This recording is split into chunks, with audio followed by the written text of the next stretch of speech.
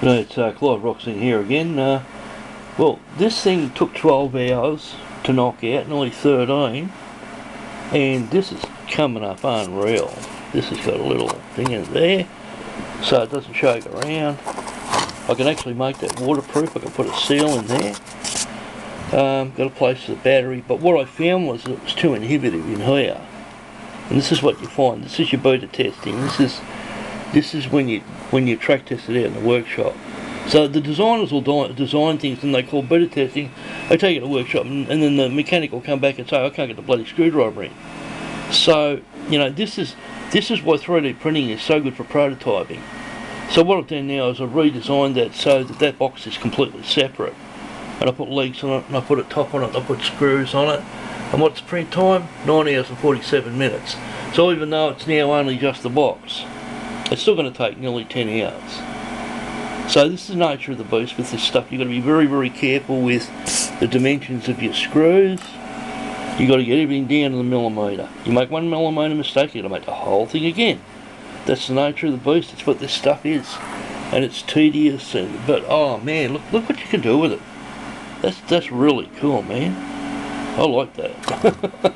But this part here obviously needs to be enclosed, and that's why I'm going to make it so that they screw together in sections, and then I can make that section separate, and it makes it a lot easier to, you know, patch it all together.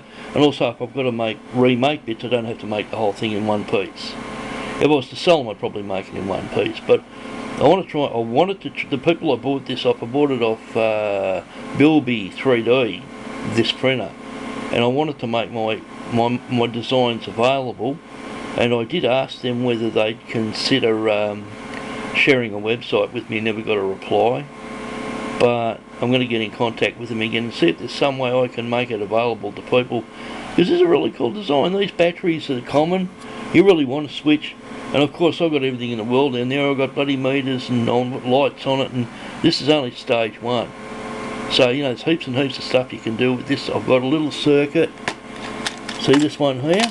This is a little LED. It'll have a little LED to say that the battery's connected, and the voltage and current meter will tell you how much power's in the battery, and all this is voltage that you supply, and your voltage unloaded and loaded.